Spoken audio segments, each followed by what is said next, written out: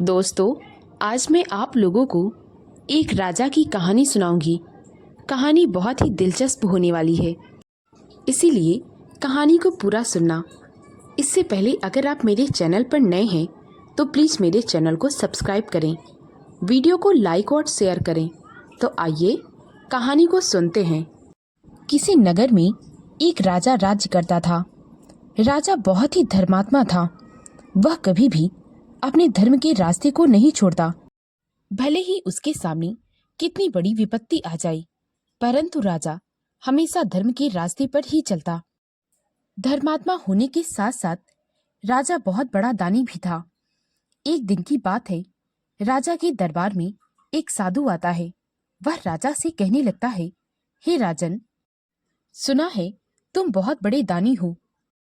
तुमसे जो कोई कुछ भी मांग लेता है तुम उसे बड़ी ही आसानी से दे देते हो। आज मैं तुम्हारे पास कुछ मांगने के लिए ही आया हूँ। राजा ने कहा, कहो महाराज, तुम्हें क्या चाहिए? साधु कहने लगा, या तो आप मुझे अपना धर्म दे दो या फिर अपना राज्यपाट 14 वर्ष के लिए दे दो। राजा तो अपने धर्म के बिना नहीं जी सकता था, इसीलिए उसने साधु से हंसते हंसते कहा, मैं अपने धर्म को तो नहीं छोड़ सकता, हाँ, परंतु मैं अपना राजपाट तुम्हें 14 वर्ष के लिए देता हूँ। इतना कहकर राजा ने अपनी पगड़ी उतारी और उसे सिंहासन पर रख दिया। सारा राजपाट उस साधु को संभालने के लिए दे दिया और अपने राजमहल से बाहर चला आया। चलते चलते राजा को एक वन मिला। राजा थोड़ी देर उस वन में आराम करने के लिए बैठ गया। तभी राजा की नजर एक बहुत ही सुंदर घोड़े पर गया। घोड़ा देखने में ऐसा लग रहा था मानो वह देवलोक का घोड़ा हो। राजा उस घोड़े के पास गया। तभी राजा की नजर घोड़े के पास एक बैठी औरत पर गई जो कि रो रही थी। राजा ने उससे कहा, तुम कौन हो और इस तरह बैठी क्यों रो रही हो? उस औरत ने कहा, मेरे पिता और मेरे भाई एक युद्ध में मारे गए हैं। मैं बिल्कुल अकेली पड़ गई हूँ। अब मुझे समझ में नहीं आ रहा कि मैं कहाँ जाऊं। आपको देखकर ऐसा लग रहा है कि आप किसी राज्य के राजा हैं। कृपा करके आप मुझे अपनी शरण में ले लीजिए। राजा ने कहा, ठीक है, तुम मेरे साथ चलो, परंतु इस समय मेरे पास मेरा राजपाट नहीं है। मैं अभी इधर उधर भटक ही रहा हूँ। मैं जहाँ जाऊंगा तुम्हें भी वहीं लेकर चलूंगा। वह औरत राजा के साथ जाने को तैयार हो गई। राजा कहने लगा, तुम घोड़े पर बैठ जाओ, मैं पैदल चलता हूँ। तभी उस औरत ने कहा, नहीं नहीं, आप एक राजा हैं, भला आप पैदल चलेंगी और मैं घोड़े पर बैठूंगी, यह मुझे शोभा नहीं देता। ऐसा करिए, आप घोड़े पर बैठ जाइए, मैं पैदल चलती हूँ। राजा ने उस औरत से ज्यादा बहस नहीं की। वह चुपचाप घोड़े पर बैठ गया और आगे चलने लगा। चलते चलते वे दोनों एक नगर में पहुंच गए। राजा ने एक पेड़ की छांव में घोड़ा रोक दिया और वहीं पर आराम करने लगा। वह औरत राजा से कहने लगी, अब आप जाइए, कोई घर ढूंढ लीजिए, तब तक मैं यहाँ पर इंतजार करती हूँ। जब घर मिल जाएगा तो आप मुझे लेने आ जाइएगा। राजा कहने लगा, मेरे पास तो एक भी फूटी कौड़ी नहीं है, भला बिना पैसों के घर कहाँ मिलेगा? वह औरत कहने लगी, आपको पैसे के लिए इतना सोचने की जरूरत नहीं है, मेरे पास कुछ धन है। उस औरत ने राजा को 10 सोने की असरफियां निकाल कर दी और कहने लगी, इनसे जाकर कोई अच्छा सा घर देख लीजिए। राजा असरफियों को लेकर चला गया और थोड़ी देर बाद घर देखकर लौट आया। वह औरत राजा के साथ उसी घर में रहने लगी। राजा बाजार गया, वहां से घोड़े और घर के लिए कुछ राशन लेकर आया। उस औरत ने राजा के लिए बहुत ही स्वादिष्ट भोजन बनाया और उसके बाद भोजन परोसा भी। राजा कहने लगा, तुम भी खाओ। तो वह औरत कहने लगी, पहले आप खा लीजिए, बाद में मैं खा लूंगी।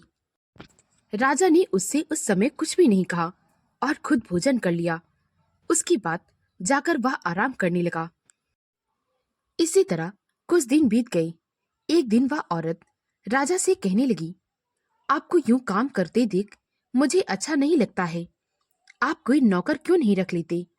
तभी राजा ने कहा, मेरे पास फूटी कौड़ी नहीं है और आप नौकर रखने की बात कर रही हैं। आप भूल रही हैं कि इस समय मैं किसी राज्य का राजा नहीं हूँ, मैं एक मामूली इंसान हूँ। वह औरत कहने लगी, मैं जानती हूँ, अगर मेरे बस में होता तो मैं आपको काम ना करने देती और जाकर खुद सारे काम करती। औरत जात हूं ना, इसीलिए बाहर जाकर काम नहीं कर सकती। आप ऐसा करें, इस राज्य के राजा की कचहरी में बैठना शुरू कर दीजिए। राजा औरत के कहे अनुसार उसी राज्य के राजा की कचहरी में शामिल होने लगा। वह जाता और मंत्रियों के बीच बैठ जाता। सारे मंत्रियों को यही लगता कि यह देखने में तो किसी राजा से कम नहीं लगता। हो सकता है यह राजा का कोई संबंधी हो। जब राजा उसे देखता तो राजा को यही लगता कि शायद यह मंत्रियों की जान पहचान का है। कुछ दिन तक तो ऐसा ही चलता रहा। वह धर्मात्मा राजा उसी राज्य के राजा की कचहरी में शामिल होता, वहां पर बैठकर सारी बातें करता और चुपचाप चला आता। एक दिन मंत्रियों ने राजा से पूछ ही लिया कि यह कौन है। राजा ने कहा, मैं इसे नहीं जानता, मुझे लगा कि यह आदमी आप में से किसी की जान पहचान का है, इसीलिए आज तक मैंने इसे नहीं टोका। मंत्रियों ने कहा, नहीं महाराज, यह हमारी जान पहचान का नहीं है। उस दिन जब वह धर्मात्मा राजा की कचहरी में शामिल होने गया तो राजा ने उससे कहा कि तुम कौन हो और इस तरह आकर हमारे बीच बैठकर बात करके कैसे चले जाते हो। उस धर्मात्मा राजा ने वहां के राजा को सारी सच्चाई बता दी। जब राजा को पता चला कि यह राजा कितना महान है तो उसने अपनी पगड़ी उतारी और अपनी पगड़ी धर्मात्मा राजा के सिर पर रखते हुए कहा, आप आज से मेरे मित्र हैं, आपकी जगह हमारे बराबर है। धर्मात्मा राजा बहुत खुश हुआ। जैसे ही वह शाम को घर आया उसने उस औरत को सारी बातें बताई। औरत बहुत प्रसन्न हुई। वह कहने लगी, अब कल आप जब कचहरी में शामिल होने जाएंगी तो राजा और उसके सारे राज्य को अपने घर भोजन के लिए आमंत्रित कर देना। वह धर्मात्मा राजा बहुत हैरान हुआ, परंतु आज तक उसने उस औरत की कोई बात नहीं टाली थी, इसीलिए उसके कहने पर वह राजा के यहाँ पर गया, बैठकर बातचीत की। उसके बाद आते समय वह राजा और उसके राज्य को निमंत्रण देकर आ गया। जब राजा ने यह सुना तो वह बहुत हंसा। वह कहने लगा, आखिर इसने कोई नशा करके रखा है क्या? सारे राज्य को भोजन कराना कोई आसान बात है क्या? अगले दिन राजा ने अपने मंत्री को भेजा, जाओ उस धर्मात्मा राजा के घर देखकर आओ, भोजन का क्या प्रबंध है। जब राजा का मंत्री गया तो देखा वहां पर तो कुछ भी नहीं है। वह लौट कर आया और राजा को सब कुछ बताने लगा। अपने मंत्री की बात सुनकर राजा बहुत हैरान हुआ और उस धर्मात्मा राजा पर हंसने लगा। इधर वह धर्मात्मा राजा भी सब कुछ सोच सोच के बहुत परेशान हो रहा था। वह उस औरत से कहने लगा, मैंने तुम्हारे कहने पर पूरे राज्य को निमंत्रण तो दे दिया है, परंतु घर में तो कुछ भी व्यवस्था नहीं हुई है। वह औरत कहने लगी, आप इतना परेशान क्यों हो रहे हैं? आप उसी वन में जाइए जहां पर मैं आपको पहली बार मिली थी। वहीं पर आपको आपके सारे सवालों का जवाब मिल जाएगा। राजा औरत से कुछ ना कहते हुए उसी वन में जाकर पहुंचा तो वहां पर राजा ने देखा देवलोक के सभी देव भोजन का प्रबंध करने में लगे हुए थे। यह देख राजा बहुत हैरान हुआ। तब तक उसी राज्य के राजा अपने मंत्रियों और अपने सारे राज्य के साथ उसी के घर आ पहुंचा। राजा ने सबको उसी वन में भोजन के लिए भेजा। सभी लोग पेट भरकर भोजन किए। उसके बाद राजा ने उस धर्मात्मा राजा को बहुत बहुत धन्यवाद दिया। ऐसा स्वादिष्ट भोजन करके सभी बहुत प्रसन्न थे। जब राजा और उसके मंत्री, यहाँ तक कि उसके राज्य के सभी लोग जब जा चुके थे तो देवलोक के सारे देव भी अचानक से गायब हो गए। राजा बहुत हैरान था। तब वह औरत मुस्कुराते हुए राजा से कहने लगी, आप इतना हैरान ना होइए, पहले आप मुझे यह बताइए कि आपने उस साधु को अपना राजपाट कितने समय के लिए दिया था? राजा ने कहा 14 वर्ष के लिए। तो उस औरत ने कहा क्या वह समय पूरा हो गया है? राजा ने जब समय देखा तो वह कहने लगा हाँ, अब समय पूरा हो गया है। तब वह औरत कहने लगी अब आप जाइए और अपना राज्यपाट फिर से संभालिए। राजा कहने लगा मैं तुम्हारे बिना कहीं नहीं जाऊंगा, मैं तुम्हें अपने साथ लेकर चलूंगा।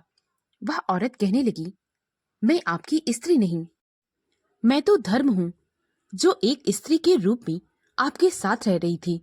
जब आपने मेरा साथ कभी नहीं छोड़ा तो भला ऐसे समय पर मैं आपका साथ कैसे छोड़ सकती थी?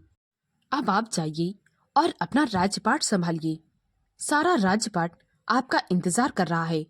और वैसे भी मैं तो आपके साथ ही हूँ। जब तक आप मेरा साथ नहीं छोड़ते मैं आपका साथ नहीं छोड़ूंगी। राजा अपने राज्य लौट आया और सिंहासन पर बैठकर पहले की तरह अपना राजपाट संभालने लगा। दोस्तों, अगर आपको यह कहानी अच्छी लगी हो तो प्लीज मेरे वीडियो को लाइक और शेयर करें। मुझे ज्यादा से ज्यादा सपोर्ट करें ताकि मैं आप लोगों के लिए और भी अच्छी अच्छी कहानियां ला सकूं। कहानी को पूरा सुनने के लिए बहुत बहुत धन्यवाद।